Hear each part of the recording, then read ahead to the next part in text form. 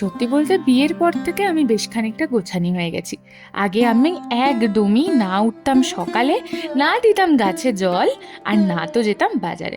তো যাই হোক, আগের ভিডিওতেই বলেছিলাম যে আমি আর একটু বাজারেও বেরোবো, তাই টুকটাক রেডি হয়ে মানে স্কিন কেয়ার করে বেরিয়ে পড়েছি। সেদিন খুব মাথা যন্ত্রণা করছিল, তাই একটু চশমাটা পরেছিলাম।